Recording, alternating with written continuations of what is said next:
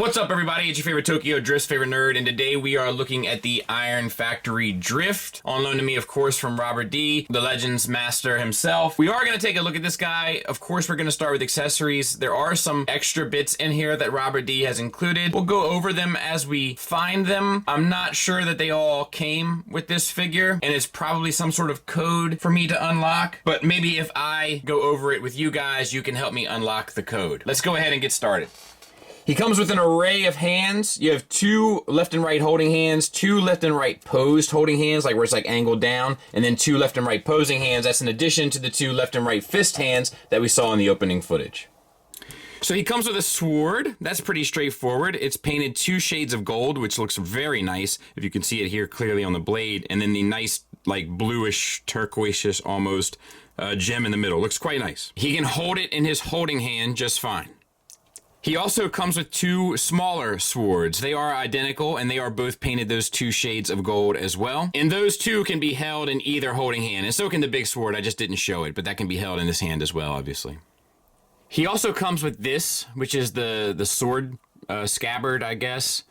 And you have to figure out, I think there's a number of different ways to use this, but I think this is the way for robot mode, so that it sits right there at the jewel, and you have the little bump out here on the opposite side of the curve. Now, there's a secondary adapter, which is here, and you can peg this in to that, and then that will peg in to Drift's back so that you can have the sword stored. Sword storage, you know what I mean? And you can kind of sit the sword here. There might be a better way to do it, but either way, it's probably going to be goofy because it's a huge sword. You don't need it on the car anyway, but you can, if you must, you can sit it there at minimum. He also comes with a number of little blue pieces. You can put those in either one of these female holes there, so to speak, and then you can use these to store the smaller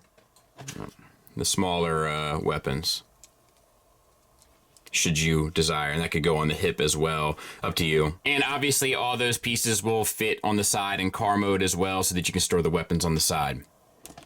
Now, this was in the box with him. I'm not sure if this is part of it. This looks like the Golden Lagoon Megatron, which I do know they were making, and I think they were putting different pieces in with releases of different figures, so this could be that. It's the Megatron, like hips, thighs, and shins, obviously. There were also two Corona top bottles that were put in my box. I'm not sure what that means, but they were in the box. Like I said, I think there's some code cracking to go on in here. There was this little stopper piece, which looks like maybe it could come like a cigar, like a tube that would have at the end. Not 100% sure. It says JK, you know, often uses just kidding. I'm not sure what the code is here, I'm gonna be honest with you. And lastly, there was a single dollar bill, sort of folded up and thrown in there and bent to all hell. Robert D is a complete lunatic. Now, let's look at the figure. And it is messy, man. Really, really messy. It just looks like a pile of parts. I'm going to try to zoom in a little tight as we go through, but this is going to be a difficult figure to review. So the head sculpt is beautiful. The gold, silver and gold paint on the head sculpt is done nicely, as is the metallic blue and the metallic red on the chin strap. The head itself is on a ball peg. You get limited up, not really anything really. You get a good bit down, which is nice. You get the swivel and the confused drift look. The torso is nice, nicely sculpted with the silver accents and then the light blue and some black paint in there as well. You also get a waist swivel, so that's nice. Back out just a taste. Shoulders are on ball pegs. You can get them up to kind of like 50 degrees maybe. You get the swivel all the way around. You do have to deal with the size of the shoulders here. In addition, oh man, dude. Yeah, you get a ball peg for an elbow. That'll get you a little bit more than 90 degrees. And that'll get you your bicep swivel as well. Same for the other side, and obviously the wrists are on ball pegs, so you can manipulate those too. Yeah, these hip skirts, we'll go ahead and back out a little bit more. These hip skirts are supposed to look like kind of, I think, like samurai, like, you know, like warrior, but like it's just messy and gets in the way and looks like he's just wearing a car. It's like a cool idea that just isn't functional. You have T-jointed ball joints for hips that will get you out to a fairly good range if you can get around the kibble. Same for forward and back, plus a thigh swivel. Nice paint there on the pelvis. You get a double jointed knee for the full run. You get this elegant joint like out of nowhere. Some gunmetal, silver, and gold on the lower leg, and then ball joints for ankles, which get you an ankle tilt up, down, and a rocker. Nice little red accent there on the bottom of the... I like that. But yeah, dude, this thing sucks. It's not fun. It doesn't look great. It has some decent paint, but this is not good. And there it is from the back. It's just a mess. Size comparison wise, there it is with Iron Factory Tarn, which is the only Iron Factory figure I own. If you're in on the Iron Factory line, hopefully that gives you some idea.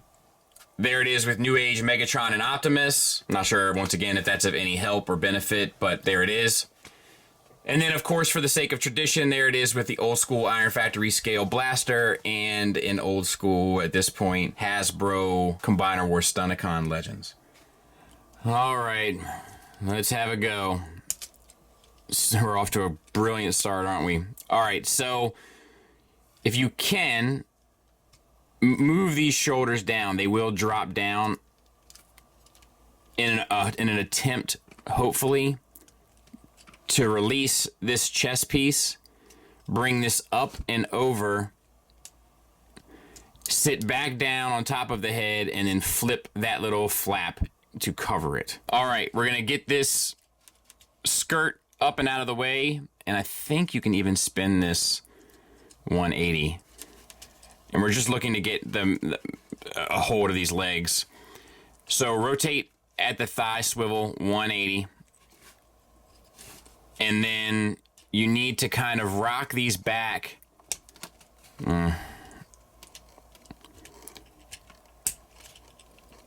Like kind of like a dog's leg, or like an animal, like there. That's what you're looking for. And my foot keeps popping off.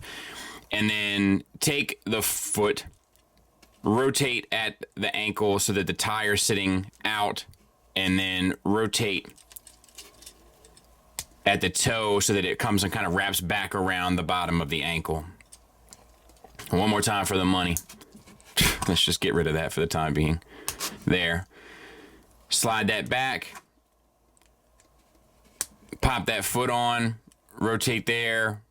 Wheel to the side. And then foot down to cover the ankle. Now we're going to make an effort to unfurl all of this stuff. And this obviously forms the majority of the rear of the vehicle. So you just want to straighten it out the best you can. And it's like these shoulders, man. It's like everything is just, it wants to get in your way so bad. There, tuck that there, that, and then bring these pieces around to the side. And there's a tab at the back here that will go into the side of the...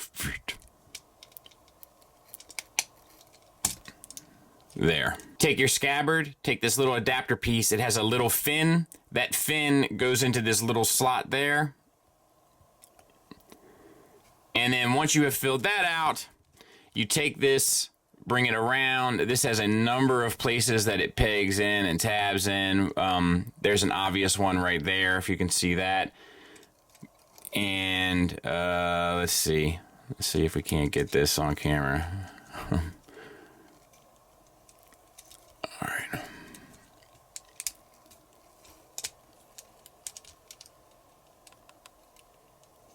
The peg goes into the thigh. There we go. There. And honestly, that's right. Believe it or not, that's correct. Then we gotta sort out the shoulders. So get this front section tabbed in the best you can. Let's see if I have any better luck on this side. Bring the door around. The piece of the door there, inside of the panel, will line up right under the window. Great cook, I'm the logo. Oh, let me just do it in reverse. There. And then underneath, bring down this arm, but you want the light blue to go towards the underside of the car. Same on this side. This is a nightmare. It's a nightmare. Rotate that down.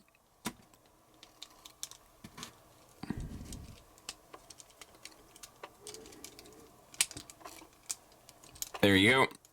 This comes underneath. Pegs in. On the underside. To hell with it. Take this. Rotate it down. Make sure that you have the light blue going towards... whatever. I'll get it cleaned up. I hate it. And there it is. Rolls like a champ.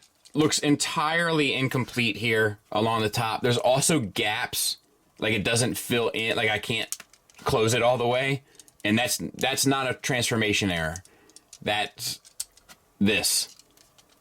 You know, my hand's not on. It's frustrating. I don't even think it does a great job of looking like a proper car.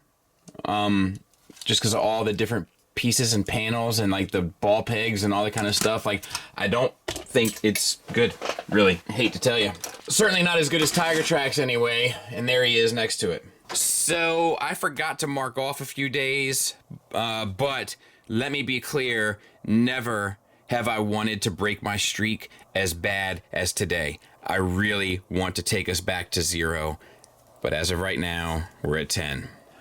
So final thoughts wise, negatives, where do I begin? It's janky, it's awkward, it doesn't look good, neither in robot mode or car mode. It's clumsy, it's not user friendly, it's hard to manipulate because the giant pieces of plastic panels just get in the way of any sort of real enjoyable experience while manipulating the figure. In order to store any of the weapons, you've got to use all of these adapters to peg into the side of this and to the side of that and make sure it all fits right. While you go to transform it, there's weird tolerances in regard to hinges that are connected to ball pegs that make pieces want to pop off, to include the hands and shoulders specifically. There's also weird tolerances in the knees and getting them to collapse properly for transformation. The car is gappy and looks unfinished. It's really bad. It's undoubtedly the worst Iron Factory figure I've ever looked at, and it might be the worst figure of the year so far, in my opinion. Really, really, really not good. But we have to have some sort of positive thing to say about it to leave on a good note, right? So I will say this. The head sculpt is good, and the paint is applied well, and the materials are good. And that's all I got. I hate this. I hope to never see it again, and I don't recommend you buy it. Thanks for listening. Thanks for watching. Until next time, take care.